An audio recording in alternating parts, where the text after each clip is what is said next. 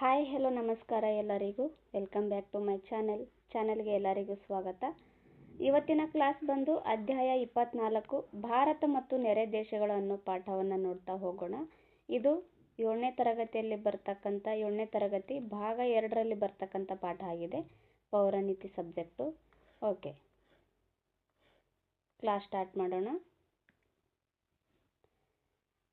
ಯಾರೆಲ್ಲ ನನ್ನ ಚಾನಲ್ನ ಸಬ್ಸ್ಕ್ರೈಬ್ ಮಾಡ್ಕೊಳ್ಳದೆ ವಿಡಿಯೋನ ನೋಡ್ತಾ ಇದ್ದೀರೋ ದಯವಿಟ್ಟು ಚಾನಲ್ನ ಸಬ್ಸ್ಕ್ರೈಬ್ ಮಾಡ್ಕೊಳ್ಳಿ, ಹಾಗೆ ಪೂರ್ತಿ ವಿಡಿಯೋನ ನೋಡಿ. ದಕ್ಷಿಣ ಏಷ್ಯಾದ ಆರ್ಥಿಕ ವ್ಯವಹಾರಗಳು ಮೂಲತಃ ಭಾರತದ ಕೇಂದ್ರಿತವಾಗಿವೆ. ದಕ್ಷಿಣ ಏಷ್ಯಾ ನಮ್ಮ ಭಾರತ ಎಲ್ಲಿ ಬರುತ್ತೆ? ದಕ್ಷಿಣ ಏಷ್ಯಾದಲ್ಲಿ ಬರುತ್ತೆ. ದಕ್ಷಿಣ ಏಷ್ಯಾದ ಆರ್ಥಿಕ ವ್ಯವಹಾರಗಳು ಮೂಲತಃ ಭಾರತ ಕೇಂದ್ರಿತವಾಗಿದೆ. ಭಾರತವು ತನ್ನ ಬೃಹತ್ ಗಾತ್ರ, ಭೌಗೋಳಿಕ ಸನ್ನಿವೇಶ, ಆರ್ಥಿಕ ಮತ್ತು ಮಿಲಿಟರಿ ಶಕ್ತಿಯಿಂದಾಗಿ ದಕ್ಷಿಣ ಏಷ್ಯಾದ ವ್ಯವಹಾರಗಳಲ್ಲಿ ಪ್ರಮುಖ ಪಾತ್ರವನ್ನು ವಹಿಸುತ್ತಿದೆ. ದಕ್ಷಿಣ ಏಷ್ಯಾದ ರಾಷ್ಟ್ರಗಳಲ್ಲಿ ಭಾರತ ಪ್ರಮುಖ ಪಾತ್ರವನ್ನು ವಹಿಸುತ್ತೆ ಈ ವ್ಯವಹಾರಗಳಲ್ಲಿ. ಭಾರತದ ಉತ್ತರದಲ್ಲಿ ಚೀನಾ, ನೇಪಾಳ ಮತ್ತು ಭೂತಾನ್ ದೇಶಗಳಿದ್ದಾವೆ. ಭಾರತ ಈ ತರ ಉತ್ತರ ಬರುತ್ತಲ್ಲ, ಒಂದು ನಿಮಿಷ.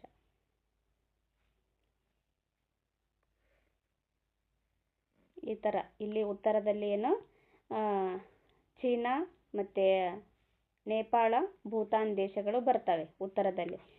ಪೂರ್ವದಲ್ಲಿ ಬಾಂಗ್ಲಾದೇಶ ಮತ್ತು ಮ್ಯಾನ್ಮಾರ್ಗಳಿದ್ದರೆ ವಾಯುವ್ಯದಲ್ಲಿ ಪಾಕಿಸ್ತಾನ, ದಕ್ಷಿಣದಲ್ಲಿ ಶ್ರೀಲಂಕಾ ಇದ್ದಾವೆ. ನೋಡಿ, ಭಾರತದ ಅಕ್ಕಪಕ್ಕ ದೇಶಗಳು ಯಾವ್ಯಾವು ಅಂತ ನೀವು ನೋಡ್ಕೊಂಡು ಬಿಡಬೇಕು. ಇಲ್ಲಿದೆ ನೋಡಿ ಭಾರತದ ಭೂಪಟ. ಉತ್ತರದಲ್ಲಿ ಚೀನಾ, ನೇಪಾಳ, ಭೂತಾನ್ ಇದ್ದಾವೆ. ದಕ್ಷಿಣದಲ್ಲಿ ಶ್ರೀಲಂಕಾ ಇದೆ. ಪಶ್ಚಿಮದಲ್ಲಿ ಪಾಕಿಸ್ತಾನ ಇದೆ. ಒಂದು ನಿಮಿಷ, ಇಲ್ಲಿ ಹೇಳ್ಬಿಡ್ತೀನಿ. ಪೂರ್ವದಲ್ಲಿ ಬಾಂಗ್ಲಾದೇಶ ಮತ್ತು ಮ್ಯಾನ್ಮಾರ್ಗಳಿದ್ರೆ ವಾಯುವ್ಯದಲ್ಲಿ ಪಾಕಿಸ್ತಾನ ಇದೆ. ದಕ್ಷಿಣದಲ್ಲಿ ಶ್ರೀಲಂಕಾ. ಈ ಥರ ಭಾರತದ ಅಕ್ಕಪಕ್ಕದ ರಾಷ್ಟ್ರಗಳಾಗಿದ್ದಾವೆ. ಇವೆಲ್ಲ ದಕ್ಷಿಣ ಏಷ್ಯಾದಲ್ಲಿ ಬರ್ತಕ್ಕಂಥ ರಾಷ್ಟ್ರಗಳಾಗಿದ್ದಾವೆ. ಓಕೆ, ಇವು ನಮ್ಮ ದೇಶದ 7 ನೆರೆ ದೇಶಗಳಾಗಿದ್ದಾವೆ. ಎಷ್ಟು? 7 ನೆರೆ ದೇಶಗಳು. ಇವನ್ನು ಭೂಪಟದಲ್ಲಿ ಗಮನಿಸಿ. ಭೂಪಟದಲ್ಲಿ ನೋಡ್ರಿ ಅಂತ ಕೊಟ್ಟಿದ್ದಾರೆ ನೋಡಿ. ಉತ್ತರದಲ್ಲಿ ಚೀನಾ, ನೇಪಾಳ, ಭೂತಾನ್. ವಾಯುವ್ಯದಲ್ಲಿ ಪಾಕಿಸ್ತಾನ್. ಪೂರ್ವದಲ್ಲಿ ಬಾಂಗ್ಲಾದೇಶ್, ಮ್ಯಾನ್ಮಾರ್. ಓಕೆ, ದಕ್ಷಿಣದಲ್ಲಿ ಶ್ರೀಲಂಕಾ ನೋಡಿ. ಇದೊಂದು ಮರ್ತುಬಿಟ್ಟೆ. ದಕ್ಷಿಣದಲ್ಲಿ ಶ್ರೀಲಂಕಾ.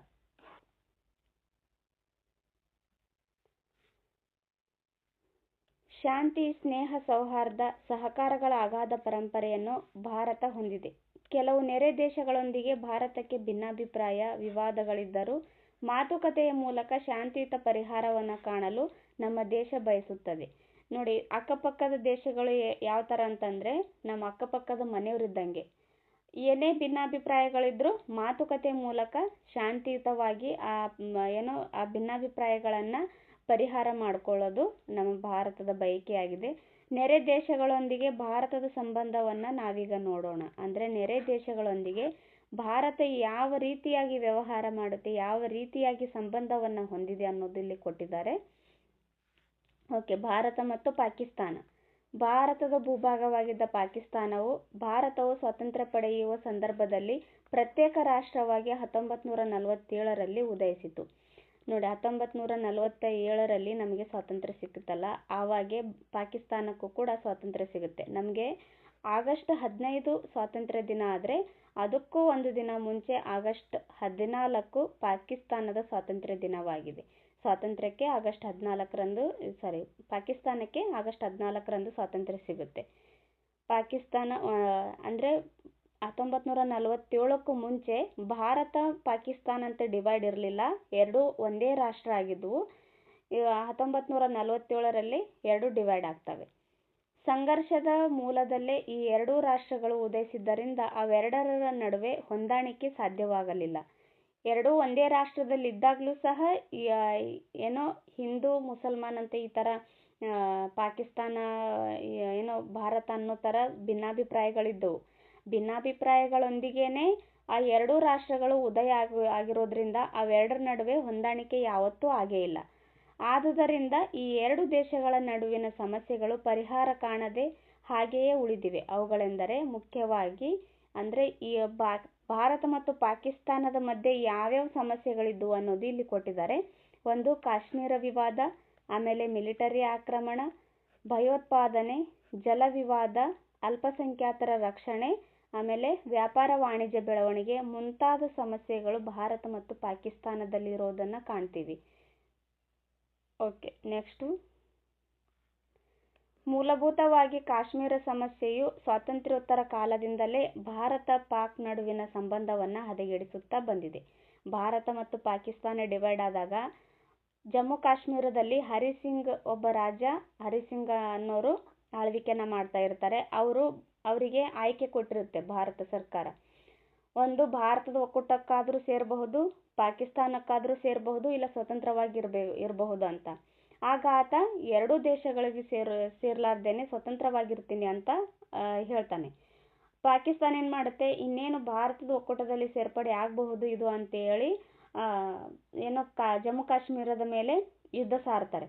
ಆಗ ಭಾರತ ಮಧ್ಯವಹಿಸಿಕೊಂಡು ಅದೇನ್ ಮಾಡುತ್ತೆ, ಪಾಕಿಸ್ತಾನದ ಸೈನಿಕರನ್ನ ಹೊಡೆದೋಡಿಸಿ ಜಮ್ಮು ಕಾಶ್ಮೀರವನ್ನ ರಕ್ಷಣೆ ಮಾಡುತ್ತೆ.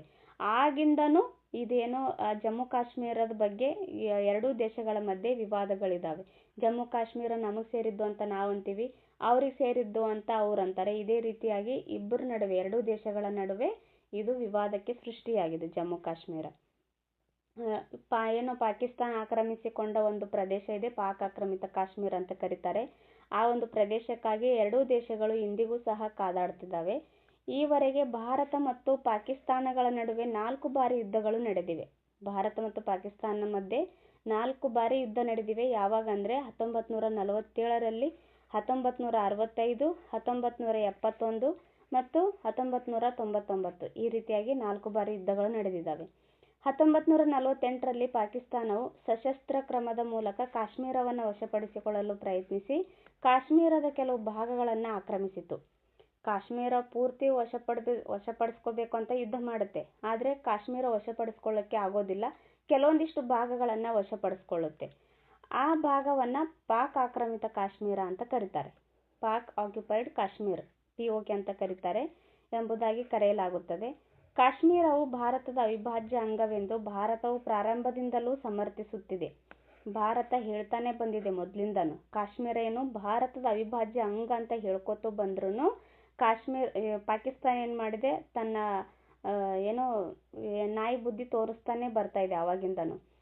ಅದು ಕೇಳ್ತಾ ಇಲ್ಲ, ಸುಮ್ಮನೆ ಏನೋ ಒಂದು ನೆಪ ಇಟ್ಕೊಂಡು ನಮ್ಮ ಮೇಲೆ ಯುದ್ಧ ಮಾಡೋದಕ್ಕೆ ಬರ್ತಾ ಇದ್ದಾರೆ. ಆದರೆ ಪಾಕಿಸ್ತಾನಕ್ಕೆ ಗೊತ್ತಿಲ್ಲ ಭಾರತದ ಸೈನಿಕರು ರೊಚ್ಚಿಗೆದ್ರೆ ಯಾವ ರೀತಿಯಾಗಿ ಆಗುತ್ತೆ ಅಂತ. ಬಟ್ ಇತ್ತೀಚೆಗೆ ಗೊತ್ತಾಗ್ತಾ ಇದೆ ಪಾಕಿಸ್ತಾನಕ್ಕೆ. ಓಕೆ, ಪಾಠ ನೋಡೋಣ ಬನ್ನಿ. 1962ರಲ್ಲಿ ಭಾರತ ಚೀನಾ ಸಮರದ ನಂತರ ಪಾಕಿಸ್ತಾನವು ಚೀನಾದೊಂದಿಗೆ ನಿಕಟ ಸೈನಿಕ ಸಂಬಂಧವನ್ನು ಇಟ್ಟುಕೊಂಡಿತ್ತು. 1962ರಲ್ಲಿ ಭಾರತ ಮತ್ತು ಚೀನಾ ಮಧ್ಯೆ ಯುದ್ಧ ಆಗುತ್ತೆ. ಆ ಯುದ್ಧದ ನಂತರ ಪಾಕಿಸ್ತಾನ ಏನ್ ಮಾಡುತ್ತೆ, ಚೀನಾದೊಂದಿಗೆ ನಾವು ಸೇರ್ಕೊಂಡ್ರೆ ನಮಗೂ ಒಂದಿಷ್ಟು ಹೆಲ್ಪ್ ಆಗುತ್ತೆ ಅನ್ಕೊಂಡು ಈ ಚೀನಾದೊಂದಿಗೆ ನಿಕಟ ಸೈನಿಕ ಸಂಬಂಧವನ್ನ ಇಟ್ಕೊಂಡಿದೆ. ಪಾಕಿಸ್ತಾನವು ಜಮ್ಮು ಕಾಶ್ಮೀರದಲ್ಲಿ ಸುಮಾರು 2700 ಚದುರು ಮೈಲಿಗಳಷ್ಟು ಭಾರತದ ಭೂಪ್ರದೇಶವನ್ನ ಚೀನಾಕ್ಕೆ ನೀಡಿಬಿಡುತ್ತೆ. 1965ರಲ್ಲಿ ಭಾರತ ಪಾಕ್ ಯುದ್ಧದಲ್ಲಿ ಭಾರತವು ಸೆರೆ ಹಿಡಿದ ಸುಮಾರು 80,000ಕ್ಕೂ ಹೆಚ್ಚು ಪಾಕಿಸ್ತಾನಿ ಸೈನಿಕರನ್ನ ಸ್ವದೇಶಕ್ಕೆ ಒಪ್ಪಿಸಿತು. ನೋಡಿ, 1965ರಲ್ಲಿ ಭಾರತ ಮತ್ತು ಪಾಕಿಸ್ತಾನ ಮಧ್ಯೆ ಏನು ಯುದ್ಧ ಆಗುತ್ತಲ್ಲ, ಆ ಯುದ್ಧದಲ್ಲಿ 80,000ಕ್ಕೂ ಹೆಚ್ಚು ಪಾಕಿಸ್ತಾನಿ ಸೈನಿಕರನ್ನ ಭಾರತ ಸೆರೆ ಹಿಡಿದಿರುತ್ತೆ. ಅವರನ್ನ ಸ್ವದೇಶಕ್ಕೆ ಪುನಃ ಪಾಕಿಸ್ತಾನಕ್ಕೆ ಒಪ್ಪಿಸಿಬಿಡುತ್ತೆ. ಕಾಶ್ಮೀರ ಸಮಸ್ಯೆಯನ್ನ ಕೇವಲ ಭಾರತ ಮತ್ತು ಪಾಕಿಸ್ತಾನ ನಡುವಿನ ಮಾತುಕತೆಯಿಂದ ಮಾತ್ರ ಬಗೆಹರಿಸಿಕೊಳ್ಳಬೇಕೆಂಬುದು ಒಪ್ಪಲಾಯಿತು. ಓಕೆ, ಅಂದ್ರೆ ಕೇವಲ ಮಾತುಕತೆಯಿಂದ ಏನು ಎರಡೂ ರಾಷ್ಟ್ರಗಳ ನಡುವೆ ಇರತಕ್ಕಂಥ ಸಮಸ್ಯೆಗಳನ್ನ ಬಗೆಹರಿಸಬೇಕು ಅಂತ ಒಪ್ಕೊಂಡ್ಬಿಡ್ತಾರೆ. ಪಾಕಿಸ್ತಾನದ ಸೈನಿಕ ಪಡೆ ಹಾಗೂ ಭಾರತ ಬೆಂಬಲಿತ ಪೂರ್ವ ಪಾಕಿಸ್ತಾನದ ನಡುವೆ ತೀವ್ರ ಘರ್ಷಣೆ ನಡೆಯಿತು. ಪೂರ್ವ ಪಾಕಿಸ್ತಾನ ಅಂದ್ರೆ ಬಾಂಗ್ಲಾದೇಶ. ತೀವ್ರ ಘರ್ಷಣೆ ನಡೆಯುತ್ತೆ. ಸಾಮಾನ್ಯವಾಗಿ ಈ ಯುದ್ಧವನ್ನ ಭಾರತ ಪಾಕಿಸ್ತಾನದ ನಡುವೆ ನಡೆದ 3ನೇ ಯುದ್ಧವೆಂದೇ ಪರಿಗಣಿಸಲಾಗಿದೆ. ಬಾಂಗ್ಲಾದೇಶ ನಮಗ್ ಸೇರ್ಬೇಕು ಅಂತ ಪಾಕಿಸ್ತಾನ ಬಾಂಗ್ಲಾದೇಶದ ಮೇಲೆ ಯುದ್ಧ ಮಾಡುತ್ತೆ. ಆಗ ಭಾರತ ಮಧ್ಯಪ್ರವೇಶ ಮಾಡುತ್ತೆ. 1971ರಲ್ಲಿ ಭಾರತ ಪಾಕ್ ಯುದ್ಧ ನಡೆದು 1972ರಲ್ಲಿ ಶಿಮ್ಲಾದಲ್ಲಿ ಶೃಂಗಸಭೆ ನಡೆಯುತ್ತೆ. 1972ರಲ್ಲಿ ಆ ಕಾಲದಲ್ಲಿ ಶ್ರೀಮತಿ ಇಂದಿರಾ ಗಾಂಧಿಯವರು ಭಾರತದ ಪ್ರಧಾನಮಂತ್ರಿಯಾಗಿರ್ತಾರೆ. ಶೃಂಗಸಭೆಯಲ್ಲಿ ಕಾಶ್ಮೀರವು ಸೇರಿದಂತೆ ತಮ್ಮೊಳಗಿನ ಎಲ್ಲಾ ಸಮಸ್ಯೆಗಳನ್ನು ಮಾತುಕತೆ ಮೂಲಕವೇ ಬಗೆಹರಿಸಬೇಕೆಂದು ಒಪ್ಪಂದ ಮಾಡಿಕೊಳ್ಳಲಾಯಿತು. ಈ 1972ರಲ್ಲಿ ಶಿಮ್ಲಾದಲ್ಲಿ ಶೃಂಗಸಭೆಯನ್ನು ಸೇರಿರ್ತಾರೆ. ಅಲ್ಲಿ ಎರಡೂ ರಾಷ್ಟ್ರಗಳ ನಡುವೆ ಇರತಕ್ಕಂಥ ಎಲ್ಲ ಸಮಸ್ಯೆಗಳ ಬಗ್ಗೆ ಚರ್ಚೆ ಮಾಡ್ತಾರೆ. ಈ ಒಪ್ಪಂದವೇ ಶಿಮ್ಲಾ ಒಪ್ಪಂದ ಅಂತ ಕರೀತಾರೆ. ಶಿಮ್ಲಾ ಒಪ್ಪಂದ ಎಷ್ಟರಲ್ಲಿ ಆಯಿತು? 1972ರಲ್ಲಿ. ಆಗ ಪ್ರಧಾನಿ ಯಾರಾಗಿರ್ತಾರೆ? ಶ್ರೀಮತಿ ಇಂದಿರಾ ಗಾಂಧಿಯವರು ಆಗಿರ್ತಾರೆ. ಓಕೆ, ಇಲ್ಲಿದೆ ನೋಡಿ. ಕಾರ್ಗಿಲ್ ಯುದ್ಧದಲ್ಲಿ ನಮ್ಮ ಸೈನಿಕರ ವಿಜಯೋತ್ಸವ. ಕಾರ್ಗಿಲ್ ಯುದ್ಧದಲ್ಲಿ ಭಾರತೀಯ ಸೈನಿಕರು ವಿಜಯವನ್ನು ಸಾಧಿಸಿರ್ತಾರೆ. ಓಕೆ, 1999ರಲ್ಲಿ ನಡೆದ ಕಾರ್ಗಿಲ್ ಯುದ್ಧದ ನಂತರ ಭಾರತದ ಅಂದಿನ ಪ್ರಧಾನಿ ಶ್ರೀ ಅಟಲ್ ಬಿಹಾರಿ ವಾಜಪೇಯಿರವರು ಅಮೃತಸರದಿಂದ ಪಾಕಿಸ್ತಾನದ ಲಾಹೋರಿಗೆ ಲಾಹೋರ್ ಬಸ್ ಯಾತ್ರೆಯನ್ನು ಆರಂಭಿಸುವ ಮೂಲಕ ಎರಡು ರಾಷ್ಟ್ರಗಳ ಸಂಬಂಧವನ್ನು ಉತ್ತಮಪಡಿಸಲು ಯತ್ನಿಸಿದರು. ನೋಡಿ, ಅದೇನೋ ಒಂದು ಗಾದೆ ಮಾತೆ ಇದೆ, ನಾಯಿಗೊಯ್ದು ಸಿಂಹಾಸನದ ಮೇಲೆ ಕೂರಿಸಿದ್ರೆ ಅದು ನಾಯಿ ತನ್ನ ಬುದ್ಧಿ ಬಿಡೋದಿಲ್ಲ, ಅದೇ ರೀತಿಯಾಗಿ ಮಾಡುತ್ತೆ ಪಾಕಿಸ್ತಾನ. ಅಟಲ್ ಬಿಹಾರಿ ವಾಜಪೇಯಿ ಅವರು ಏನು ಮಾಡ್ತಾರೆ, ಒಂದು ಹೆಜ್ಜೆ ಮುಂದಿಟ್ಟು ಎರಡೂ ರಾಷ್ಟ್ರಗಳ ನಡುವೆ ಸ್ನೇಹ ಸಂಬಂಧ ಬೆಳೀಲಿ ಅಂತ ಹೇಳಿ ಲಾಹೋರ್ ಬಸ್ ಯಾತ್ರೆಯನ್ನು ಅಮೃತಸರದಿಂದ ಪಾಕಿಸ್ತಾನದ ಲಾಹೋರ್ವರೆಗೆ ಬಸ್ಸನ್ನು ಆರಂಭ ಮಾಡ್ತಾರೆ. ಈ ಮೂಲಕನಾದರೂ ಎರಡೂ ರಾಷ್ಟ್ರಗಳ ನಡುವೆ ಉತ್ತಮ ಸಂಬಂಧ ಏರ್ಪಡಲಿ, ಎರಡೂ ರಾಷ್ಟ್ರಗಳ ನಡುವೆ ಇದ್ದಂತಹ ವೈಮಸ್ಸು ಕೊನೆಯಾಗಲಿ ಅಂತ ಇವರು 1999ರ ನಂತರ ಈ ರೀತಿಯಾದ ಒಂದು ಯೋಜನೆ ತಗೊಂಡು ಬರ್ತಾರೆ. ತದನಂತರದಲ್ಲಿ ನಡೆದ ಆಗ್ರಾ ಶೃಂಗಸಭೆಯಲ್ಲಿ ಎರಡೂ ರಾಷ್ಟ್ರಗಳ ನಡುವೆ ಶಾಂತಿ ಸ್ಥಾಪನೆಗಾಗಿ ಪ್ರಯತ್ನಿಸಿದರು. ಆದರೆ ಶೃಂಗಸಭೆ ವಿಫಲಗೊಂಡಿತು. ಪರಿಣಾಮವಾಗಿ ಪಾಕ್ ಪ್ರೇರಿತ ಭಯೋತ್ಪಾದಕರು ಡಿಸೆಂಬರ್ 13, 2001ರಂದು ಭಾರತದ ಸಂಸತ್ ಭವನದ ಮೇಲೆ ದಾಳಿ ಮಾಡಿದರು. ನೋಡಿ, ಏಕಾಏಕಿಯಾಗಿ ಭಾರತಕ್ಕೆ ನುಗ್ಗಿ ಭಾರತದ ಸಂಸತ್ ಮೇಲೇನೆ ಬಾಂಬ್ ದಾಳಿ ಮಾಡ್ತಾರೆ ನೋಡಿ ಇವರು. ಓಕೆ, ಡಿಸೆಂಬರ್ 13, 2001ರಲ್ಲಿ ಭಾರತದ ಸಂಸತ್ ಭವನದ ಮೇಲೆ ಈ ಪಾಕಿಸ್ತಾನದ ಭಯೋತ್ಪಾದಕರು ದಾಳಿಯನ್ನು ಮಾಡ್ತಾರೆ. ಇದು ಭಾರತ ಮತ್ತು ಪಾಕಿಸ್ತಾನದ ಸಂಬಂಧವನ್ನು ಮತ್ತಷ್ಟು ಹದಗೆಡಿಸಿಬಿಡುತ್ತೆ. ಅಟಲ್ ಬಿಹಾರಿ ವಾಜಪೇಯಿ ಎರಡೂ ರಾಷ್ಟ್ರಗಳ ನಡುವೆ ಸ್ನೇಹ ಸಂಬಂಧ ಬೆಳೀಲಿ ಅಂತ ಪ್ರಯತ್ನ ಮಾಡಿದರೆ ಪಾಕಿಸ್ತಾನ ಏನು ಮಾಡುತ್ತೆ, ಆ ಸ್ನೇಹ ಸಂಬಂಧ ಉಳಿಸ್ಕೊಳ್ಳದೇನೆ ಭಯೋತ್ಪಾದಕರನ್ನು ಛೂ ಬಿಡುತ್ತೆ ನಮ್ಮ ಮೇಲೆ. ತಮ್ಮ ರಕ್ಷಣಾ ವ್ಯವಸ್ಥೆಯನ್ನು ಬಲಗೊಳಿಸಲು ಈ ಎರಡೂ ರಾಷ್ಟ್ರಗಳು ಸತತ ಪೈಪೋಟಿ ನಡೆಸುತ್ತಿವೆ. ಹೀಗಿದ್ದರೂ ಭಾರತ ಎಲ್ಲ ಭಿನ್ನಾಭಿಪ್ರಾಯಗಳನ್ನು ಮರೆತು ನೆರೆ ದೇಶವಾದ ಪಾಕಿಸ್ತಾನದೊಂದಿಗೆ ಸ್ನೇಹ ಹಸ್ತ ಚಾಚಿದೆ. ಇಂದಿಗೂ ಸಹ ಮಾತುಕತೆ ಮೂಲಕ ಬಗೆಹರಿಸ್ಕೋಬೇಕು ಅಂತ ಪ್ರಯತ್ನ ಮಾಡುತ್ತೆ. ಬಟ್ ಪಾಕಿಸ್ತಾನ ಇದಕ್ಕೆ ಯಾವುದೇ ರೀತಿಯಾದ ಆಸ್ಪದವನ್ನು ಕೊಡ್ತಾ ಇಲ್ಲ. ಭಾರತ ಮತ್ತು ಚೀನಾದೊಂದಿಗೆ ನಮ್ಮ ಭಾರತ ಯಾವ ರೀತಿಯಾದ ಸಂಬಂಧ ಹೊಂದಿದೆ? ಭಾರತದ ನೆರೆಯ ರಾಷ್ಟ್ರಗಳಲ್ಲಿ ಚೀನಾ ಪ್ರಮುಖವಾದದ್ದು. ನೆರೆಯ ರಾಷ್ಟ್ರಗಳಲ್ಲಿ ಚೀನಾ ಒಂದು ಬಲಿಷ್ಠವಾದ ದೇಶ ಆಗಿದೆ.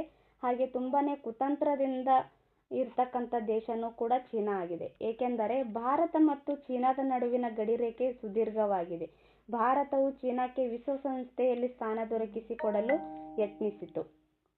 ಭಾರತ ಚೀನಾಕ್ಕೆ ವಿಶ್ವಸಂಸ್ಥೆಯಲ್ಲಿ ಸ್ಥಾನ ದೊರಕಿಸಬೇಕು ಅಂತ ಪ್ರಯತ್ನ ಮಾಡುತ್ತೆ. ಭಾರತವು ಆರಂಭದಿಂದಲೂ ಚೀನಾದೊಡನೆ ಶಾಂತಿಯುತ ಸಂಬಂಧವನ್ನು ಅಪೇಕ್ಷಿಸಿದೆ. ಇದು ಸಹ ಅಷ್ಟೇ, ಚೀನಾನು ಸೇಮ್ ಪಾಕಿಸ್ತಾನದ ಥರ. ನಾವು ಎಷ್ಟು ಅದಕ್ಕೆ ಉಪಕಾರ ಮಾಡ್ತೀವೋ ಅದ್ರ ಪ್ರತಿಯಾಗಿ ಅದು ಅಷ್ಟು ಅಪಕಾರ ಮಾಡುತ್ತೆ ನಮಗೆ. ಅಂದರೆ ಚೀನಾದೊಂದಿಗೆ ಶಾಂತಿಯುತ ಸಂಬಂಧ ಇಟ್ಕೋಬೇಕು ಅಂತ ಭಾರತ ಎಷ್ಟು ಪ್ರಯತ್ನ ಮಾಡುತ್ತೋ ಅದಕ್ಕೆ ತದ್ವಿರುದ್ಧವಾಗಿ ನಮ್ಮ ಮೇಲೆ ಕುತಂತ್ರ ಬುದ್ಧಿನೇ ತೋರಿಸುತ್ತೆ ಅದು ಚೀನಾ ಮತ್ತು ಭಾರತದ ನಡುವಿನ ಸಂಘರ್ಷಕ್ಕೆ ಟಿಬೆಟ್ ಮತ್ತು ಅರುಣಾಚಲ ಪ್ರದೇಶಕ್ಕೆ ಸಂಬಂಧಿಸಿದ ವಿಚಾರಗಳು ಮುಖ್ಯ ಕಾರಣವಾಗಿವೆ. ಟಿಬೆಟ್ ಇದು ಇಲ್ಲಿ ಮುಂದೆ ಬರುತ್ತೆ ಇದ್ರ ಬಗ್ಗೆ ಇನ್ಫಾರ್ಮೇಷನ್ನು. ಯಾಕಂದರೆ ಟಿಬೆಟಲ್ಲಿ ಈ ದಲೈ ಲಾಮಾ ಮತ್ತು ಚೀನಾ ಮಧ್ಯೆ ಕೆಲವೊಂದಿಷ್ಟು ಸಂಘರ್ಷಗಳಾಗಿರ್ತವೆ. ಅವರು ನಮ್ಮ ಭಾರತಕ್ಕೆ ಬಂದು ನಮ್ಮ ಭಾರತದಲ್ಲಿ ಆಶ್ರಯವನ್ನು ಪಡೆದ ಮೇಲೆ ಭಾರತ ಮತ್ತು ಚೀನಾ ನಡುವಿನ ಸಂಘರ್ಷ ಇನ್ನೊಂದಿಷ್ಟು ಹೆಚ್ಚಾಗುತ್ತೆ. 1950ರಲ್ಲಿ ಚೀನಾವು ಟಿಬೆಟ್ನಲ್ಲಿ ಕೈಗೊಂಡ ಸಶಸ್ತ್ರ ಕಾರ್ಯಾಚರಣೆಯಿಂದಾಗಿ ಭಾರತ ಬಹಳ ನಿರಾಶೆಗೊಂಡಿತು.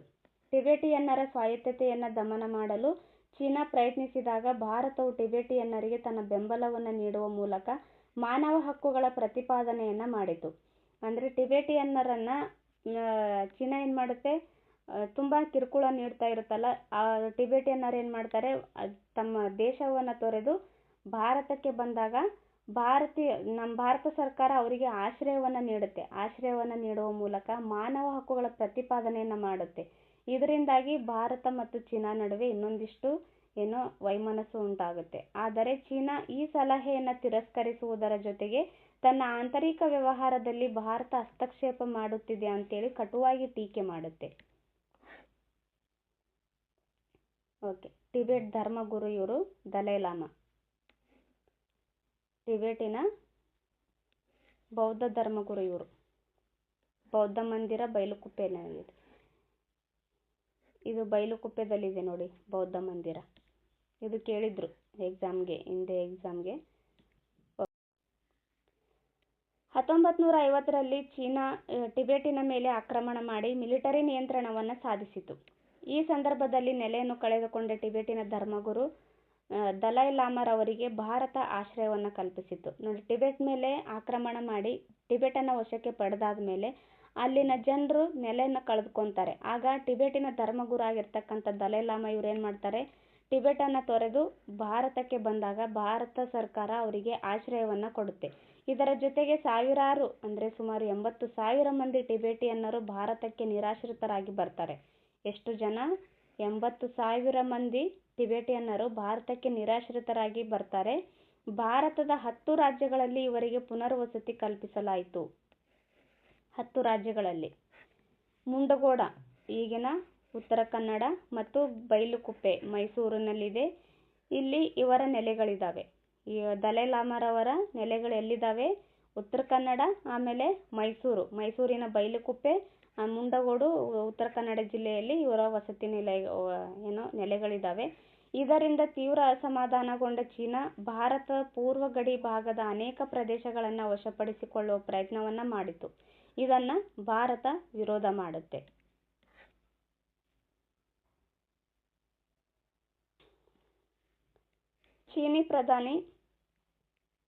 ಚೀನಿ ಪ್ರಧಾನಿ ಚೌ ಎನ್ಲಾಯ್ ಭಾರತಕ್ಕೆ ಭೇಟಿ ನೀಡಿದ ಸಂದರ್ಭದಲ್ಲಿ ಭಾರತದ ಪ್ರಧಾನಿ ನೆಹರೂರವರ ಜೊತೆ 1954ರಲ್ಲಿ ಪಂಚಶೀಲ ಸೂತ್ರಕ್ಕೆ ಸಹಿ ಹಾಕಲಾಗುತ್ತೆ. ನೋಡಿ, ಪಂಚಶೀಲ ಸೂತ್ರಕ್ಕೆ ಸಹಿ ಹಾಕಿದ ಪ್ರಧಾನಿ ಯಾರು ಅಂತ ಕೇಳಿದಾಗ ನೆಹರೂರವರು ಅನ್ನೋದು ನೆನಪಲ್ಲಿರಲಿ. ಚೀನಾದ ಪಠ್ಯಪುಸ್ತಕಗಳಲ್ಲಿ ಭಾರತದ ಕೆಲವು ಭಾಗಗಳು ತನ್ನದೆಂದು ತೋರಿಸಿದ್ದ ಭೂಪಟಗಳನ್ನು ತಿದ್ದುಪಡಿ ಮಾಡಬೇಕು ಎಂಬ ಬೇಡಿಕೆಯನ್ನು ಭಾರತ ಮುಂದಿಟ್ಟಿತು. ಅಂದರೆ ಈ ಚೀನಾ ಪಠ್ಯಪುಸ್ತಕಗಳಲ್ಲಿ ಭಾರತದ ಕೆಲವು ಪ್ರದೇಶಗಳನ್ನು ತಂದು ಅಂತೇಳಿ ಚೀನಾ ಏನು ಮಾಡಿರುತ್ತೆ, ಪಠ್ಯಪುಸ್ತಕಗಳಲ್ಲಿ ಪ್ರಿಂಟ್ ಮಾಡಿರುತ್ತೆ. ಅದನ್ನು ತಿದ್ದುಪಡಿ ಮಾಡಬೇಕು ಅಂತೇಳಿ ಚೀನಾದ ಭೂಪಟವನ್ನು ತಿದ್ದುಪಡಿ ಮಾಡಬೇಕು ಅಂತ ಭಾರತ ಬೇಡಿಕೆಯನ್ನು ಮಂಡಿಸುತ್ತೆ. ಇದಕ್ಕೆ ಚೀನಾದ ಪ್ರಧಾನಿ ಒಪ್ಪಿಕೊಂಡರೂ ಈ ಕುರಿತಂತೆ ಯಾವುದೇ ಬದಲಾವಣೆ ಮಾಡಲಿಲ್ಲ. ಒಪ್ಕೊಂತಾರೆ, ಬಟ್ ಬದಲಾವಣೆಗಳೇನು ಮಾಡೋದಿಲ್ಲ ಅವರು.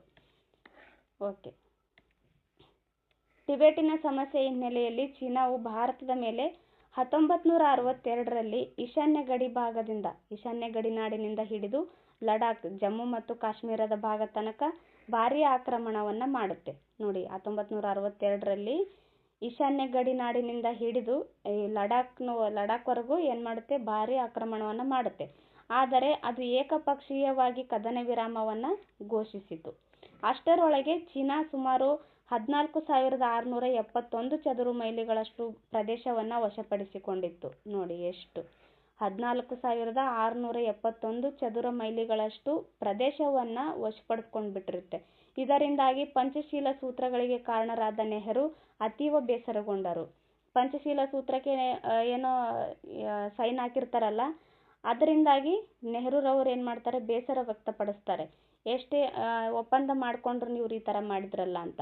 ಇಂದಿಗೂ ಎರಡು ದೇಶಗಳ ನಡುವಿನ ಗಡಿಯಲ್ಲಿ ಯಥಾಸ್ಥಿತಿ ವಾಸ್ತವಿಕ ನಿಯಂತ್ರಣ ರೇಖೆ ಅಂದರೆ line of actual control LAC ಮುಂದುವರಿಯುತ್ತಿದೆ. ಭಾರತ ಮತ್ತು ಪಾಕಿಸ್ತಾನದ ಮಧ್ಯೆ LOC ಇದೆ, LOC. ಹಾಗೆ ಭಾರತ ಮತ್ತು ಚೀನಾ ಮಧ್ಯೆ LAC. ಈ ಥರ ಇದೆ ನೋಡಿ, ನೆನಪಲ್ಲಿ ಇಟ್ಕೊಳ್ರಿ. ಓಕೆ, ನೆಕ್ಸ್ಟ್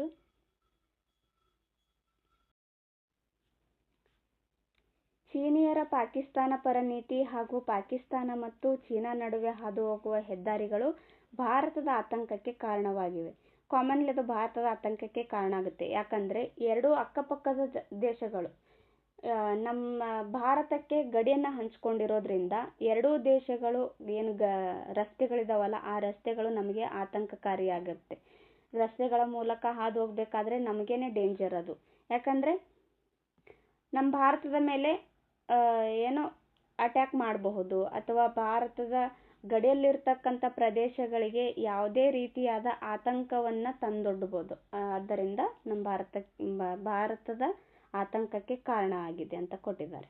ಓಕೆ, ನೆಕ್ಸ್ಟು ಭಾರತದ ಮೇಲೆ ಚೀನಾದ ಆಕ್ರಮಣ. ಭಾರತ ಮತ್ತು ಚೀನಾ ನಡುವಿನ 3440 ಕಿಲೋಮೀಟರ್ ಉದ್ದದ ಅಂತಾರಾಷ್ಟ್ರೀಯ ಗಡಿರೇಖೆಯನ್ನು ಗುರುತಿಸಿದರು.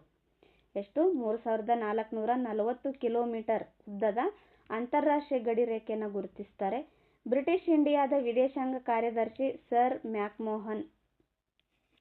ಮ್ಯಾಕ್ಮೋಹನ್ ಇವರು ವಿದೇಶಾಂಗ ಕಾರ್ಯದರ್ಶಿ ಆಗಿರ್ತಾರೆ. ಆದುದರಿಂದ ಇದನ್ನು ಮ್ಯಾಕ್ಮೋಹನ್ ಗಡಿರೇಖೆ ಅಂತ ಕರೀತಾರೆ. ಸರ್ ಮ್ಯಾಕ್ಮೋಹನ್ ಇವರು ಬ್ರಿಟಿಷ್ ಇಂಡಿಯಾದ ವಿದೇಶಾಂಗ ಕಾರ್ಯದರ್ಶಿಯಾಗಿದ್ದು, ಇವರು ಭಾರತ ಮತ್ತು ಚೀನಾ ನಡುವಿನ ಗಡಿರೇಖೆಯನ್ನು ಗುರುತಿಸ್ತಾರೆ. ಆದ್ದರಿಂದ ಇದಕ್ಕೆ ಮ್ಯಾಕ್ಮೋಹನ್ ಗಡಿರೇಖೆ ಅಂತ ಕರೀತಾರೆ. ಓಕೆ, ಚೀನಾವು 1962ರಲ್ಲಿ ಪೂರ್ವ ಲಡಾಖ್ನ ಮೇಲೆ ಆಕ್ರಮಣ ಮಾಡಿ ಭಾರತದ ಸುಮಾರು 14,671 ಚದುರ ಮೈಲು ಪ್ರದೇಶವನ್ನು ಆಕ್ರಮಣ ಮಾಡುತ್ತೆ. ನೋಡಿ, ಅಕ್ಷಯ್ ಚೀನ್, ಇದಕ್ಕೆ ಅಕ್ಷಯ್ ಚೀನ್ ಅಂತ ಪ್ರದೇಶ ಅಂತ ಕರೀತಾರೆ. ಇದ್ರ ಮೇಲೆ ಆಕ್ರಮಣ ಮಾಡಿ 14,671 ಚದುರ ಮೈಲನ್ನು ವಶಪಡಿಸಿಕೊಳ್ಳುತ್ತೆ. ಭೂಪ್ರದೇಶವನ್ನು ತನ್ನ ಸ್ವಾಧೀನದಲ್ಲಿರಿಸಿಕೊಂಡಿದೆ. ಎಷ್ಟು? 14,671 ಚದುರ ಮೈಲಿ ಭೂಪ್ರದೇಶವನ್ನು ತನ್ನ ಸ್ವಾಧೀನದಲ್ಲಿ ಇರಿಸಿಕೊಂಡಿದೆ. ಚೀನಾ ನೋಡಿ, ಭಾರತ ಅಲ್ಲ, ಚೀನಾ. ಚೀನಾದ ಸ್ವಾಧೀನತೆ ಇಂದಿನವರೆಗೂ ಮುಂದುವರೆದಿದೆ. ಇಂದಿಗೂ ಸಹ ಅದು ಸ್ವಾಧೀನಪಡಿಸ್ಕೊಳ್ತಾನೆ ಬಂದಿದೆ. ಅಲ್ಲದೆ ಭಾರತದ ರಾಜ್ಯವಾದ ಅರುಣಾಚಲ ಪ್ರದೇಶದಲ್ಲಿ ಸುಮಾರು 90,000 ಚದುರ ಕಿಲೋಮೀಟರ್ ಭೂಪ್ರದೇಶ ತನ್ನದೆಂದು ಸಾಧಿಸಲು ಪ್ರಯತ್ನಿಸುತ್ತಿದೆ. ಚೀನಾದಲ್ಲಿ 90,000 ಚದುರ ಕಿಲೋಮೀಟರ್ ಭೂಪ್ರದೇಶ ತನ್ನದಂತ ಹೇಳ್ಬಿಟ್ಟು ಚೀನಾದ ಕೆಲವೊಂದಿಷ್ಟು ಪ್ರದೇಶಗಳಿಗೆ ತನ್ನ ಹೆಸರನ್ನು ಅಂದರೆ ತಾವು ಹೆಸರನ್ನ ನಾಮಕರಣ ಮಾಡ್ತದೆ, ಮರುನಾಮಕರಣವನ್ನು ಮಾಡ್ತಾ ಇದೆ ಚೀನಾ. ಈಶಾನ್ಯ ಭಾಗದ ಕಡೆಯಿಂದನೂ ಭಾರತದ ಮೇಲೆ ಅತಿಕ್ರಮಣವನ್ನು ಮಾಡ್ತಾ ಇದೆ ಚೀನಾ. ಓಕೆ, ನೋಡಿ ಎಷ್ಟು ಭೂಪ್ರದೇಶವನ್ನು ಆಕ್ರಮಿಸಿದೆ? 14,671 ಚದುರ ಮೈಲಿ ನೋಡಿ. ಓಕೆ, ನೆಕ್ಸ್ಟು ಭಾರತ ಮತ್ತು ನೇಪಾಳ. ಭಾರತ ಮತ್ತು ನೇಪಾಳ ಮಧ್ಯೆ ಯಾವ ರೀತಿಯಾದ ಸಂಬಂಧ ಇದೆ? ನೇಪಾಳವು ನೇಪಾಳವು ಭಾರತದ ಉತ್ತರಕ್ಕೆ ಹಿಮಾಲಯ ಪರ್ವತ ಶ್ರೇಣಿಗೆ ಹೊಂದಿಕೊಂಡಿರುವ ದೇಶವಾಗಿದೆ. ಮೊದಲಿನಿಂದಲೂ ಭಾರತ ನೇಪಾಳ ಸಂಬಂಧವು ನಿಕಟವಾಗಿತ್ತು. ಮೊದಲಿನಿಂದಲೂ ಈ ಸ್ನೇಹ ಸಂಬಂಧವನ್ನು ಹೊಂದಿರ್ತಾರೆ. ಎರಡೂ ದೇಶಗಳ ಗಡಿಗಳು ಮುಕ್ತವಾಗಿದ್ದು ಜನಸಂಚಾರ ಹಾಗೂ ವಸ್ತುಗಳ ಸಾಗಾಟ ಅಡೆತಡೆ ಇಲ್ಲದೆ ನಡೆಯುತ್ತಿದೆ. ನೋಡಿ, ನಾವು ನೇಪಾಳಕ್ಕೆ ಹೋಗಬೇಕಾದ್ರೆ ಯಾವುದೇ ರೀತಿಯಾದ ಪಾಸ್ಪೋರ್ಟ್ ಅವಶ್ಯಕತೆ ಇಲ್ಲ, ಮುಕ್ತವಾಗಿ ಹೋಗ್ಬೋದು ನೇಪಾಳಕ್ಕೆ. ಜನಸಂಚಾರ ಮತ್ತು ವಸ್ತುಗಳ ಸಾಗಾಟ ಅಡೆತಡೆ ಇಲ್ಲದೇ ನಡೆಯುತ್ತಿದೆ. ನೇಪಾಳ ಭೂ ಆವೃತ ಪ್ರದೇಶವಾಗಿರುವುದರಿಂದ ಅದಕ್ಕೆ ಅನಿವಾರ್ಯವಾಗಿ ಭಾರತದ ಮುಖಾಂತರವೇ ಹೊರ ದೇಶಗಳ ಸಂಪರ್ಕ ಸಾಧ್ಯ. ಅದಕ್ಕೆ ಹೊಂದಿಕೊಂಡಿರುವ ಇನ್ನೊಂದು ದೇಶವೆಂದರೆ China. Nepal landlocked country, ಅಂದರೆ ಸುತ್ತಲೂ ಭೂಪ್ರದೇಶಗಳಿಂದ ಆವೃತವಾಗಿರ್ತಕ್ಕಂಥ ದೇಶ. ಅದು ಹೊರ ದೇಶದೊಂದಿಗೆ ಸಂಪರ್ಕ ಹೊಂದಬೇಕು ಅಂತಂದರೆ ಭಾರತದೊಂದಿಗೆ ಸ್ನೇಹ ಸಂಬಂಧವನ್ನು ಹೊಂದೋದು ಅದಕ್ಕೆ ಅನಿವಾರ್ಯ ಆಗಿದೆ.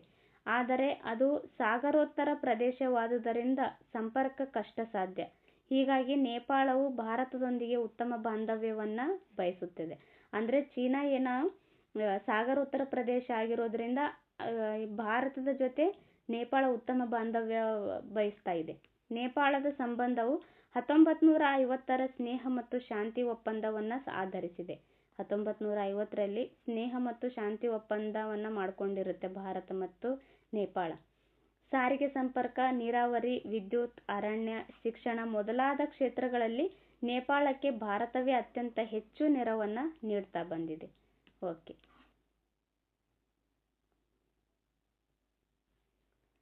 ಭಾರತವು 1971ರಲ್ಲಿ ಇಂಡೋ-ನೇಪಾಳ ಒಪ್ಪಂದಕ್ಕೆ ಸಹಿ ಹಾಕಿದ್ದು, ಅದರ ಪ್ರಕಾರ ನೇಪಾಳದ ಮೂಲಕ ಸಾಮಗ್ರಿಗಳನ್ನು ಸುಂಕ ನೀಡದೆ ಮುಕ್ತವಾಗಿ ಭಾರತಕ್ಕೆ ತರಬಹುದು. 1971ರಲ್ಲಿ ಇಂಡೋ-ನೇಪಾಳ ಒಪ್ಪಂದವನ್ನು ಮಾಡ್ಕೊಂಡಿರ್ತಾರೆ ನೇಪಾಳ ಮತ್ತು ಭಾರತದ ಮಧ್ಯೆ. ಅದರ ಪ್ರಕಾರ ನೇಪಾಳದ ಮೂಲಕ ಸಾಮಗ್ರಿಗಳು ಏನು ನಮ್ಮ ಭಾರತಕ್ಕೆ ತರಬೇಕು ಅಂದರೆ ಯಾವುದೇ ರೀತಿಯಾದ ಟ್ಯಾಕ್ಸ್ ಕಟ್ಟಲಾರ್ದೇನೆ ಮುಕ್ತವಾಗಿ ಭಾರತಕ್ಕೆ ತರಬಹುದು. ಓಕೆ, ನೆಕ್ಸ್ಟು ಭಾರತ ಮತ್ತು ಭೂತಾನ್ ಬರುತ್ತೆ. 1949ರಲ್ಲಿ ಭಾರತ ಮತ್ತು ಭೂತಾನ್ ಮಾಡಿಕೊಂಡ ಒಪ್ಪಂದದಂತೆ ಭಾರತವು ಭೂತಾನಿನ ಆಂತರಿಕ ವ್ಯವಹಾರದಲ್ಲಿ ಕೈ ಹಾಕುವುದಿಲ್ಲ ಎಂಬ ಭರವಸೆಯನ್ನು ನೀಡಿತು. ಭಾರತ ಮತ್ತು ಭೂತಾನ್ ಮಧ್ಯೆ 1949ರಲ್ಲಿ ಒಪ್ಪಂದ ಆಗುತ್ತೆ. ಆ ಒಪ್ಪಂದ ಪ್ರಕಾರ ಏನು, ಭೂತಾನಿನ ಆಂತರಿಕ ವ್ಯವಹಾರದಲ್ಲಿ ಭಾರತ ಕೈ ಹಾಕೋದಿಲ್ಲ ಅಂತ ಭರವಸೆ ನೀಡುತ್ತೆ. ಭೂತಾನ್ ತನ್ನ ಬಾಹ್ಯ ವ್ಯವಹಾರಗಳಲ್ಲಿ ಭಾರತದ ಮಾರ್ಗದರ್ಶನ ಪಡೆಯಲು ಒಪ್ಪಿಗೆ ನೀಡಿತು. ಬಾಹ್ಯ ವ್ಯವಹಾರ ಮಾಡಬೇಕಂದ್ರೆ ಭಾರತದ ಮಾರ್ಗದರ್ಶನ ಪಡೆಯುತ್ತೆ ಭೂತಾನ್. ಭಾರತವು ನಡೆಸಿದ ಯತ್ನದ ಫಲವಾಗಿ ಭೂತಾನವು ವಿಶ್ವಸಂಸ್ಥೆಯ ಸದಸ್ಯತ್ವವನ್ನು ಪಡೆಯುತ್ತೆ. ನೋಡಿ, ಭಾರತ ಪ್ರಯತ್ನ ಮಾಡುತ್ತೆ ಭೂತಾನಿಗೆ ವಿಶ್ವಸಂಸ್ಥೆಯಲ್ಲಿ ಸದಸ್ಯತ್ವವನ್ನು ಕೊಡಿಸ್ಬೇಕು ಅಂತ ಭಾರತ ಪ್ರಯತ್ನ ಮಾಡುತ್ತೆ. ಅದರ ಫಲವಾಗಿ ಭೂತಾನ್ ವಿಶ್ವಸಂಸ್ಥೆಯ ಸದಸ್ಯತ್ವವನ್ನು ಪಡೆಯುತ್ತೆ.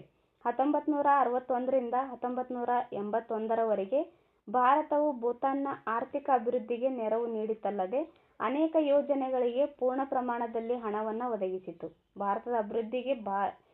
ಭೂತಾನ್ನ ಅಭಿವೃದ್ಧಿಗೆ ಭಾರತ ಪ್ರಯತ್ನ ಮಾಡುತ್ತೆ. ಹಾಗೆ ಅನೇಕ ಯೋಜನೆಗಳನ್ನು ಪೂರ್ಣ ಪ್ರಮಾಣದಲ್ಲಿ ನೆರವೇರಿಸುವ ಸಲುವಾಗಿ ಹಣವನ್ನು ಒದಗಿಸುತ್ತೆ ಭಾರತ.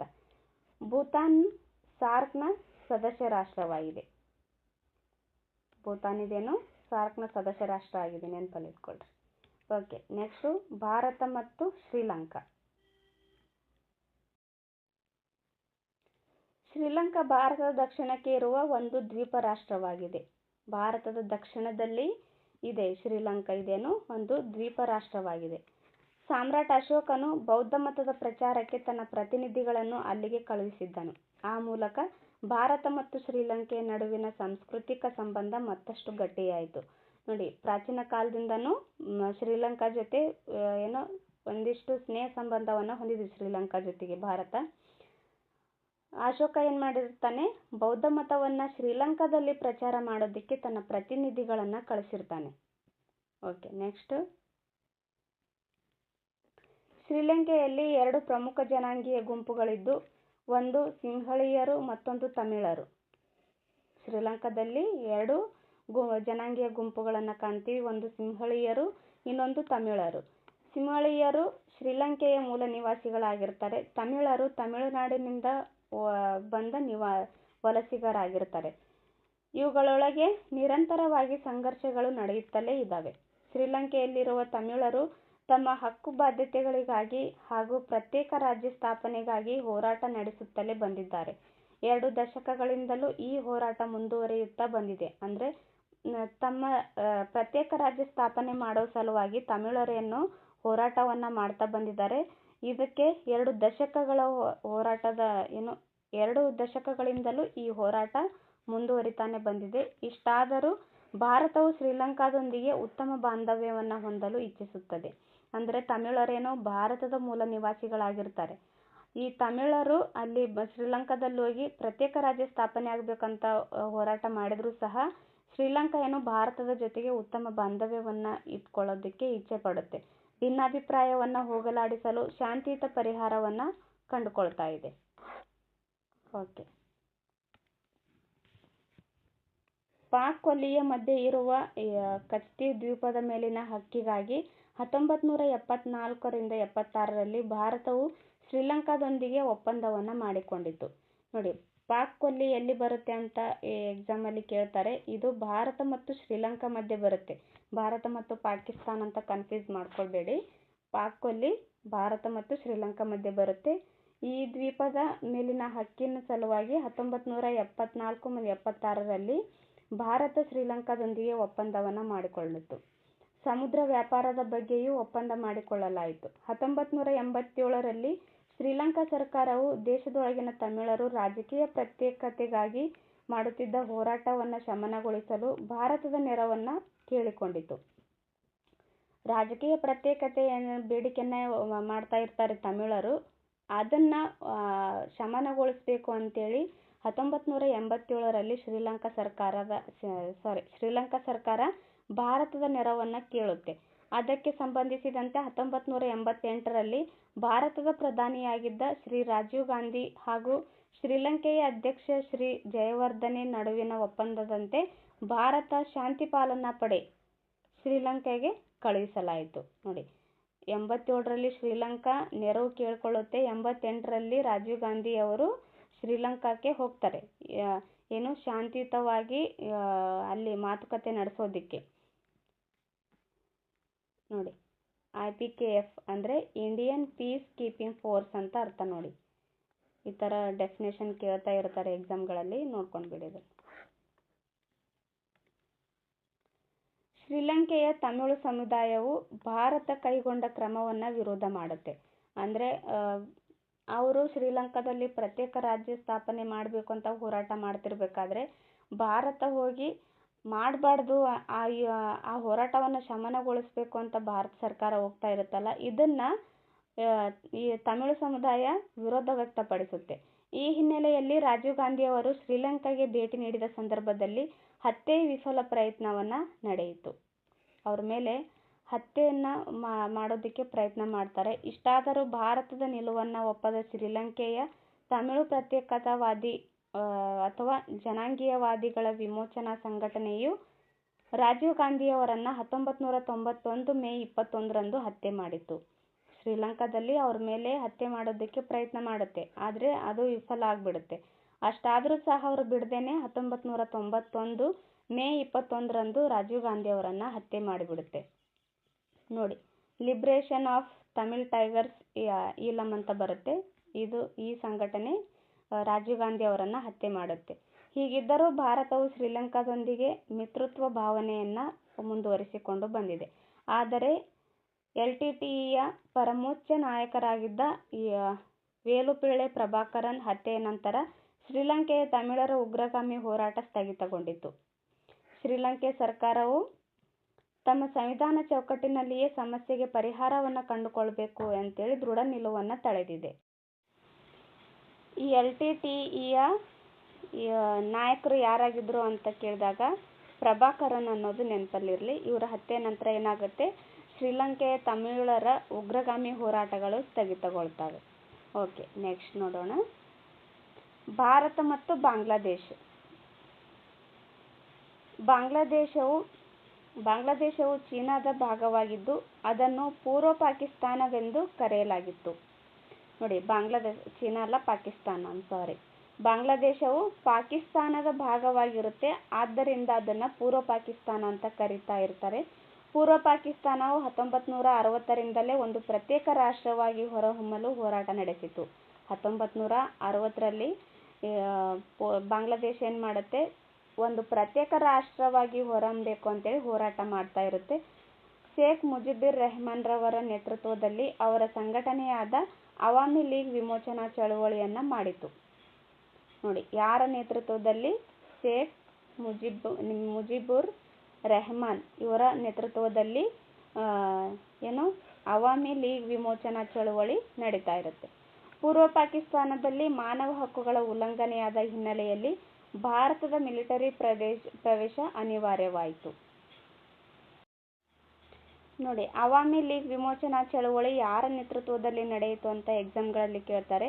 ಶೇಖ್ ಮುಜಿಬುರ್ ರೆಹಮಾನ್ ಅವರ ನೇತೃತ್ವದಲ್ಲಿ ಈ ವಿಮೋಚನಾ ಚಳವಳಿ ನಡೆಯುತ್ತೆ. ಪೂರ್ವ ಪಾಕಿಸ್ತಾನದಲ್ಲಿ ಮಾನವ ಹಕ್ಕುಗಳ ಉಲ್ಲಂಘನೆಯಾದ ಹಿನ್ನೆಲೆಯಲ್ಲಿ ಭಾರತ ಮಿಲಿಟರಿ ಪ್ರವೇಶ ಅನಿವಾರ್ಯವಾಗುತ್ತೆ. 1971ರಲ್ಲಿ ನಡೆದ ನಿರ್ಣಾಯಕ ಯುದ್ಧದಲ್ಲಿ ಪಶ್ಚಿಮ ಪಾಕಿಸ್ತಾನವು ಸೋಲುವುದರೊಂದಿಗೆ ಪೂರ್ವ ಪಾಕಿಸ್ತಾನವು ಬಾಂಗ್ಲಾದೇಶ ಎನ್ನುವ ಹೊಸ ರಾಷ್ಟ್ರವಾಗಿ ಉದಯವಾಗುತ್ತೆ. ನೋಡಿ, ಎಷ್ಟರಲ್ಲಿ? 1971ರಲ್ಲಿ ಬಾಂಗ್ಲಾದೇಶ ಸ್ವಾತಂತ್ರ್ಯವನ್ನು ಪಡೆಯುತ್ತೆ. ಓಕೆ, ಬಾಂಗ್ಲಾದೇಶ ಅನ್ನೋ ಒಂದು ಹೊಸ ರಾಷ್ಟ್ರ ಉದಯವಾಗುತ್ತೆ. 1972ರಲ್ಲಿ ಭಾರತ ಮತ್ತು ಬಾಂಗ್ಲಾದೇಶದ ಪ್ರಧಾನಿಗಳು ಢಾಕಾದಲ್ಲಿ ಸಭೆ ಸೇರಿ ಸ್ನೇಹ, ಸಹಕಾರ ಮತ್ತು ಶಾಂತಿಗಾಗಿ 25 ವರ್ಷಗಳ ಅವಧಿಯ ಒಪ್ಪಂದಕ್ಕೆ ಸಹಿ ಹಾಕ್ತಾರೆ. ಎಷ್ಟು? 25 ವರ್ಷಗಳ ಒಪ್ಪಂದಕ್ಕೆ ಸಹಿ ಹಾಕ್ತಾರೆ. ಇದರ ಪರಿಣಾಮವಾಗಿ ಎರಡೂ ರಾಷ್ಟ್ರಗಳ ನಡುವೆ ಇದ್ದ ಅನೇಕ ಸಮಸ್ಯೆಗಳಿಗೆ ಪರಿಹಾರ ದೊರಕುತ್ತೆ. ಎಷ್ಟರಲ್ಲಿ? 1972ರಲ್ಲಿ ಒಪ್ಪಂದಕ್ಕೆ ಸಹಿ ಹಾಕ್ತಾರೆ ನೋಡಿ, ನೆನಪಲ್ಲಿಟ್ಕೊಳ್ರಿ. ಓಕೆ, ನೆಕ್ಸ್ಟು ಚಿತ್ತಗಾಂಗ್ ಪರ್ವತ ಪ್ರದೇಶಗಳಿಂದ ಭಾರತಕ್ಕೆ ವಲಸೆ ಬರುತ್ತಿದ್ದ ಚಕ್ಮಾ ನಿರಾಶ್ರಿತರ ಸಮಸ್ಯೆ, ಮಾದಕ ವಸ್ತುಗಳ ಅಕ್ರಮ ಸಾಗಾಣಿಕೆ ಮುಂತಾದ ಸಮಸ್ಯೆಗಳು ಇನ್ನೂ ಬಗೆಹರಿಯಬೇಕಾಗಿವೆ. ನೋಡಿ, ಇನ್ನೂ ಸಹ ಯಾವ್ಯಾವ ಸಮಸ್ಯೆಗಳು ಬಗೆಹರಿಬೇಕಾಗಿದೆ ಅಂತ ಕೇಳಿದಾಗ ಚಿತ್ತಗಾಂಗ್ ಪರ್ವತ ಪ್ರದೇಶಗಳಿಂದ ಭಾರತಕ್ಕೆ ವಲಸೆ ಬರುತ್ತಿದ್ದ ಚಕ್ಮಾ ನಿರಾಶ್ರಿತರ ಸಮಸ್ಯೆ, ಆಮೇಲೆ ಮಾದಕ ವಸ್ತುಗಳ ಅಕ್ರಮ ಸಾಗಾಣಿಕೆ ಮುಂತಾದ ಸಮಸ್ಯೆಗಳು ಇನ್ನೂ ಇದಾವೆ. ಅಲ್ಲದೆ ಬಾಂಗ್ಲಾದೇಶದಿಂದ ಭಾರತಕ್ಕೆ ಬಂದ ಲಕ್ಷಾಂತರ ಅಕ್ರಮ ವಲಸಿಗರ ಸಮಸ್ಯೆ ತೀವ್ರವಾಗಿದೆ. ಈಶಾನ್ಯ ಭಾರತದ ಅನೇಕ ಬಂಡುಕೋರರ ಗುಂಪುಗಳಿಗೂ ಬಾಂಗ್ಲಾದೇಶವು ಆಶ್ರಯ ನೀಡುತ್ತಿರುವುದು ಗೊಂದಲಕ್ಕೀಡು ಮಾಡಿದ ಸಂಗತಿಯಾಗಿದೆ. ಈಶಾನ್ಯ ಭಾರತದಿಂದ ಬರ್ತಕ್ಕಂಥ ಬಂಡುಕೋರರ ಗುಂಪುಗಳಿಗೆ ಬಾಂಗ್ಲಾದೇಶ ಆಶ್ರಯ ನೀಡ್ತಾ ಇದೆ. ಇದು ಭಾರತ ಮತ್ತು ಬಾಂಗ್ಲಾದೇಶದ ನಡುವೆ ಇರ್ತಕ್ಕಂಥ ಗೊಂದಲಕ್ಕೀಡು ಮಾಡುವ ಸಂಗತಿಯಾಗಿದೆ. ಆದರೂ ಭಾರತಕ್ಕೆ ಬಾಂಗ್ಲಾದೇಶವು ಮಿತ್ರ ರಾಷ್ಟ್ರವಾಗಿಯೇ ಉಳಿದಿದೆ. ಓಕೆ, ನೆಕ್ಸ್ಟ್ ನೋಡೋಣ.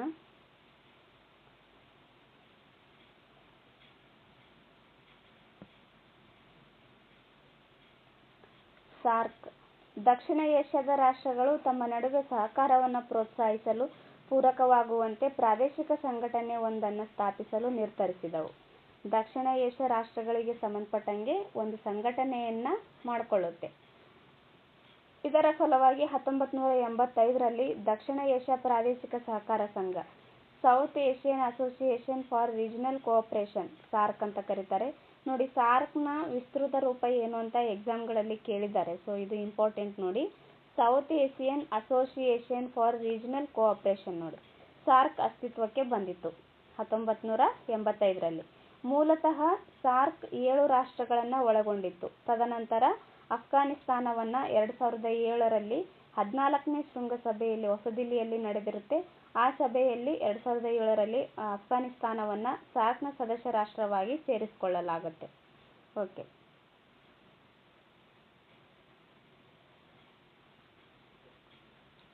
ಭಾರತ, ಬಾಂಗ್ಲಾದೇಶ್, ಭೂತಾನ್, ಮಾಲ್ಡೀವ್ಸ್, ನೇಪಾಳ, ಪಾಕಿಸ್ತಾನ, ಶ್ರೀಲಂಕಾ ಹಾಗೂ ಅಫ್ಘಾನಿಸ್ತಾನ್ ಇವೇನು ಸಾರ್ಕ್ನ 8 ಸದಸ್ಯ ರಾಷ್ಟ್ರಗಳಾಗಿದ್ದಾವೆ. ಮೂಲತಃ 7 ರಾಷ್ಟ್ರಗಳಾಗಿರ್ತವೆ. ಅಫ್ಘಾನಿಸ್ತಾನವನ್ನು 2007ರಲ್ಲಿ ಸೇರಿಸಿಕೊಳ್ಳಲಾಗಿರುತ್ತೆ. ಇದನ್ನು ಸೇರಿ 8 ರಾಷ್ಟ್ರಗಳಿದ್ದಾವೆ ನೋಡಿ, ನೆನಪಲ್ಲಿಟ್ಕೊಳ್ರಿ. ಒಂದು ಭಾರತ, ಬಾಂಗ್ಲಾದೇಶ, ಭೂತಾನ್, ಮಾಲ್ಡೀವ್ಸ್, ನೇಪಾಳ, ಪಾಕಿಸ್ತಾನ, ಶ್ರೀಲಂಕಾ ಮತ್ತು ಅಫ್ಘಾನಿಸ್ತಾನ್. ಶೈಕ್ಷಣಿಕ ವಿಷಯಗಳಿಗೆ ಸಂಬಂಧಿಸಿದಂತೆ ಮಾಹಿತಿ ಹಂಚಿಕೆಗಾಗಿ ಭಾರತವು ಪ್ರತ್ಯೇಕ ಉಪಗ್ರಹವೊಂದನ್ನು ಉಡಾವಣೆಗೊಳಿಸಿ ಇದರ ಬಳಕೆಯನ್ನು ಎಲ್ಲ ಸಾರ್ಕ್ ಸದಸ್ಯ ರಾಷ್ಟ್ರಗಳಿಗೆ ಕೊಡುಗೆಯಾಗಿ ನೀಡಿದೆ. ಓಕೆ, ನೆಕ್ಸ್ಟ್ ಸಾರ್ಕ್ನ ಉದ್ದೇಶಗಳು. ಸಾರ್ಕ್ ಯಾವುದಕ್ಕೆ ಸ್ಥಾಪನೆ ಮಾಡಿದ್ರು, ಅದರ ಉದ್ದೇಶ ಏನು ಅಂತ ಕೇಳಿದಾಗ ದಕ್ಷಿಣ ಏಷ್ಯಾ ರಾಷ್ಟ್ರಗಳ ನಡುವೆ ಪರಸ್ಪರ ನಂಬಿಕೆ ಮತ್ತು ವಿಶ್ವಾಸಗಳನ್ನು ವೃದ್ಧಿಸುವುದು, ದಕ್ಷಿಣ ಏಷ್ಯಾ ಜನತೆಯ ಕ್ಷೇಮಾಭಿವೃದ್ಧಿಯನ್ನು ಪ್ರೋತ್ಸಾಹಿಸುವುದು, ಆರ್ಥಿಕ, ಸಾಂಸ್ಕೃತಿಕ, ತಾಂತ್ರಿಕ ಹಾಗೂ ವೈಜ್ಞಾನಿಕ ಕ್ಷೇತ್ರಗಳಿಗೆ ಸಂಬಂಧಿಸಿದಂತೆ ಪರಸ್ಪರ ಸಹಕಾರ ಹಾಗೂ ಸಹೋದ್ಯಮವನ್ನು ಮಾಡುವುದು, ಅಭಿವೃದ್ಧಿ ಹೊಂದಿದ ರಾಷ್ಟ್ರಗಳೊಡನೆ ಸಂಬಂಧವನ್ನು ಬಲಪಡಿಸುವುದು. ಈ ಎಲ್ಲ ಉದ್ದೇಶಗಳಿಗಾಗಿ ಸಾರ್ಕ್ನ ಸ್ಥಾಪನೆ ಮಾಡಿರ್ತಾರೆ. ನೋಡಿ, ಇನ್ನೊಂದ್ಸರಿ ನೋಡ್ಕೊಂಡ್ಬಿಡಿ. ದಕ್ಷಿಣ ಏಷ್ಯಾ ರಾಷ್ಟ್ರಗಳ ನಡುವೆ ಪರಸ್ಪರ ನಂಬಿಕೆ ಹೆಚ್ಚಾಗಬೇಕು, ವಿಶ್ವಾಸ ವೃದ್ಧಿಯಾಗಬೇಕು ಅಂತೇಳಿ ಸಾರ್ಕನ್ನು ಸೃಷ್ಟಿ ಮಾಡ್ತಾರೆ. ದಕ್ಷಿಣ ಏಷ್ಯಾ ಜನತೆ ಕ್ಷೇಮಾಭಿವೃದ್ಧಿಯನ್ನು ಪ್ರೋತ್ಸಾಹ ಮಾಡೋದಾಗಿರಬಹುದು, ಆರ್ಥಿಕ, ಸಾಂಸ್ಕೃತಿಕ, ತಾಂತ್ರಿಕ ಹಾಗೂ ವೈಜ್ಞಾನಿಕ ಕ್ಷೇತ್ರಗಳಲ್ಲಿ ಸಂಬಂಧಿಸಿದಂತೆ ಪರಸ್ಪರ ಸಹಕಾರ ಮತ್ತು ಸಹೋದ್ಯಮವನ್ನು ವೃದ್ಧಿಸುವ ಸಲುವಾಗಿ ಸಾರ್ಕ್ನ ಪ್ರಾರಂಭ ಮಾಡ್ತಾರೆ. ಅಭಿವೃದ್ಧಿ ಹೊಂದಿದ ರಾಷ್ಟ್ರಗಳೊಡನೆ ಸಂಬಂಧ ಬಲಪಡಿಸುವ ಸಲುವಾಗಿ ಸಾರ್ಕನ್ನು ಸೃಷ್ಟಿ ಮಾಡ್ತಾರೆ. ಸಾರ್ಕ್ ಸದಸ್ಯ ರಾಷ್ಟ್ರಗಳು ಭಾರತದಿಂದ ಏಕಮುಖ ನಿರೀಕ್ಷೆ ಮಾಡುತ್ತಿರುವುದು, ಭಾರತವನ್ನು ಸಂಶಯ ಮತ್ತು ಭಯದ ದೃಷ್ಟಿಯಿಂದ ನೋಡುವುದು ಇದರ ಬೆಳವಣಿಗೆಗೆ ಅಡ್ಡಿಯಾಗಿ ಪರಿಣಮಿಸಿದೆ.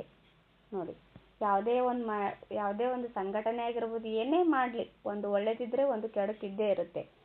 ಅದೇ ರೀತಿಯಾಗಿ ಇದೇನು ಭಾರತವನ್ನು ಸಂಶಯ ಮತ್ತು ಭಯದ ದೃಷ್ಟಿಯಿಂದ ನೋಡುವುದು ಇದರ ಬೆಳವಣಿಗೆಗೆ ಅಡ್ಡಿಯಾಗಿ ಪರಿಣಮಿಸಿದೆ ನೋಡಿ. ಓಕೆ, ನೆಕ್ಸ್ಟು ಖಾಲಿ ಬಿಟ್ಟ ಸ್ಥಳಗಳನ್ನು ಸೂಕ್ತ ಪದದಿಂದ ಭರ್ತಿ ಮಾಡಿ. ಕಾರ್ಗಿಲ್ ಯುದ್ಧ ನಡೆದ ವರ್ಷ ಎಷ್ಟು? 1999. ಟಿಬೆಟ್ನ ಧರ್ಮಗುರು ದಲೈ ಲಾಮಾ.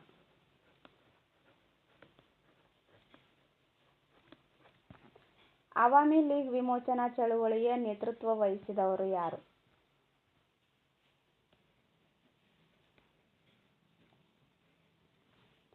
ಶೇಖ್ ಮುಜಿಬುರ್ ರೆಹಮಾನ್.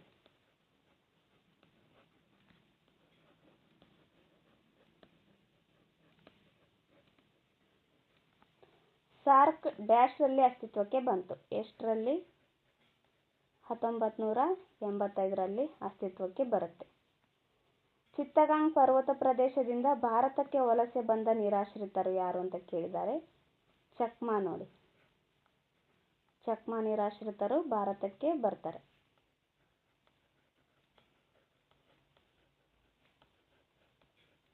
ಓಕೆ ನೋಡಿ, ಈ ಸಾರ್ಕ್ ಮೇಲೆ ಸಾಕಷ್ಟು ಸಾರಿ ಎಕ್ಸಾಮ್ಗಳಲ್ಲಿ ಕೇಳಿದ್ದಾರೆ. ಸಾರ್ಕ್ 1985 ಡಿಸೆಂಬರ್ 8ರಂದು ಬಾಂಗ್ಲಾದೇಶದ ಢಾಕಾದಲ್ಲಿ ಪ್ರಾರಂಭ ಆಗುತ್ತೆ. ಢಾಕಾ. ಬಟ್ ಇದ್ರ ಕೇಂದ್ರ ಕಚೇರಿ ನೇಪಾಳದ ಕಠ್ಮಂಡುದಲ್ಲಿದೆ ನೋಡಿ. ಕೇಂದ್ರ ಕಚೇರಿ ನೇಪಾಳದ ಕಠ್ಮಂಡುದಲ್ಲಿದೆ. ನೆನಪಲ್ಲಿ ಇಟ್ಕೊಳ್ರಿ. ಓಕೆ,